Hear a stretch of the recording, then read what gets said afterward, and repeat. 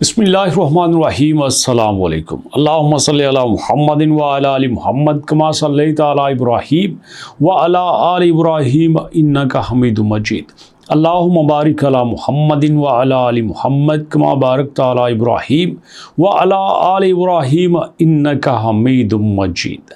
दोस्तों, इस वक्त अमेरिका और बर्किना फासो की दुश्मनी बहुत आगे निकल गई है। पहले क्या होता था कि ट्रंप जी किसी भी फर्द को सेलेक्ट करते जो उनकी नजर में नापसंदीदा होता, वो अकेला शख्स होता, पूरा ग्रोह होता, या फिर किसी मुल्क के बहुत सारे लोग उनको नापसंद होते तो फौरन उनको गेट आउट की सजा दे देते। बहुत सारे मुल्कों में, इवन के इंडिया की एक ऐसी खातून भी हैं जो कई साल तक अमेरिका में रही, वहाँ पे काम किया, उनके बच्चे पैदा हुए और वहाँ पे बेहतरीन ज़िंदगी गुजार रही थी।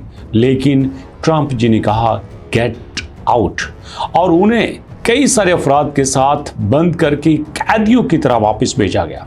लेकिन यहाँ पे मामला काफ़ी मुख्तलिफ था, क्योंकि बर्किना फासो के ऊपर मोदी जी हुक्मरानी नहीं कर रहे थे, बल्कि इब्राहिम ट्रावरे जैसा शेर हुक्मरानी कर रहा था। जैसे ही ट्रंप ने सारे लोगों को जहाज में बिठाकर पैरों पे जंजीरें बांधकर वापस भेजा, जैसा कि बीबीसी ने रिपोर्ट किया है। आप देख सकते हैं कि मैं पूरे रिसोर्सेज के साथ ऑथेंटिक वे में न्यूज़ आपके साथ शेयर कर रहा हूं, जो कि 10 अक्टूबर 2025 को यहां पे लीक की गई है।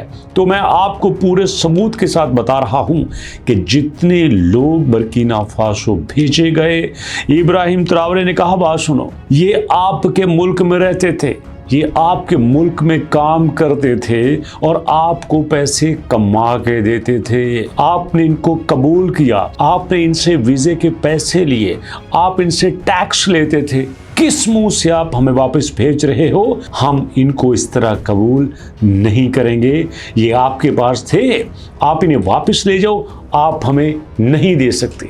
और दोस्तों, ये छोटी बात नहीं होती। दुनिया के जितने मुल्कों में लोग गए, आराम से सब ने इनको कबूल कर लिया। लेकिन इब्राहिम ट्रावरे खुद भी अपने आप को अफ्रीका का लीडर मानता है और उसने घाना, रवांडा, जायद जैसे कई मुल्कों को मिला के, माली भी उसमें शामिल है, उनका एक अलायंस बनाया है और उन्हें कहा है कि आपने खुद ही के ऊपर कोई कंप्रोमाइज नहीं करना। और इस तरह से दोस्तों, इब्राहिम ट्रावरे के साथ साथ बाकी 2-3 मुल्कों ने भी अपने लोगों को लेने से इनकार कर दिया है। उन्होंने साफ अमेरिका से कहा, ये तुम लेके आए हो, ये तुम्हारे पास से जाएंगे। और बाय लॉ क्या होता है, कानून के मुताबिक क्या होता है, बड़ी मजे की बात है, मैं आपको बताता हूं। कानून के मुताबिक जब कोई शख्स आप वापस भेजते हो और वो मुल्क कबूल नहीं करता, तो आप उस मुल्क में उस शख्स को नहीं रख सकते। You have to adjust this person in third country. तो आपको इस शख्स को किसी और मुल्क में रखना पड़ता है। और ये बहादुरी की अलामत होती है, ये बुज़दिली नहीं है। इसका मतलब ये नहीं है कि आप अपने लोगों से नफरत करते हो। इसका मतलब ये है कि मैं आपकी पॉलिसी के साथ इत्तफाक नहीं करता। बर्किना फासो के सदर इब्राहिम ट्रावरे ने सीधा जवाब दिया अमेरिका को कि आपका ये काम मुझे बिल्कुल ब्लैकमेलिंग के बराबर लग रहा है। यहाँ पे बीबीसी ने वर्ड ब्लैकमेलिंग यूज़ किया है और अमेरिका ने क्या किया, उन्होंने इनका वीज़ा ही बंद कर दिया। उन्होंने कहा, ठीक है, अगर आप ऐसे ही हमारे साथ चलोगे तो भैया आपका हम वीज़ा बंद कर देंगे। उन्होंने यहाँ पे बर्किना फासो के वीज़े बंद कर दिए हैं। अब कोई शख्स बर्किना फासो से डायरेक्ट अमेरिका का वीज़ा अप्लाई नहीं कर सकता, उसको साथ किसी मुल्क जाना पड़ता है और फिर वहाँ से जाके वीज़ा अप्लाई करता है, क्योंकि इस तरह से बर्किना फासो में अमेरिका की एम्बेसी खत्म हो चुकी है और वो काम नहीं कर रही। तो इस तरह से दोस्तों, ये दुनिया में उन अफराद में शामिल हो चुके हैं जिन्होंने खुल के कहा कि आप गलत कर रहे हो। अब मज़े की बात सुनिएगा, वहाँ पे कोई दर्जनों लोग नहीं आए थे, कई सौ हजार लोग नहीं आए थे जिससे को मसला बनता। सिर्फ 10 लोग थे जिनको डिप्यूट किया गया था। लेकिन बात ज़रूरत की होती है ना, इब्राहिम त्रावरे ने जुर्रत दिखाई और उसने कहा कि नहीं भाई, हम आपकी पॉलिसी से इत्तेफाक नहीं करते। आप ताकतवर होंगे तो आप अपने पास होंगे। अगर आपको लगता था कि आपको नुकसान हो रहा है, आपको लगता था कि ये लोग आपको पसंद नहीं हैं, तो आप हमारे पास ना लेके आते, आप इनको ना रखते, आप इनको एंट्री ही नहीं देते। जब आपने एंट्री दे दिया, इन्होंने पीछे सब कुछ खत्म कर दिया, आप इस तरह से वापस भेजने का कोई जवाब नहीं बनता। और मज़े की बात यह है दोस्तों कि बावजूद प्रेशर के, हालांकि ट्रंप की गवर्नमेंट सारे मुल्कों पे ठीक ठाक प्रेशर बना रही है कि you have to accept these persons, आपको इनको कबूल करना होगा, आपको इनको वापस लेना होगा, लेकिन बजाय उस प्रेशर के ये मुल्क उनको कबूल कर दे, ये इब्राहिम त्रावरे के साथ खड़े हो रहे हैं और ये इस बात पे फख्र महसूस करते हैं कि हम इनका हिस्सा हैं।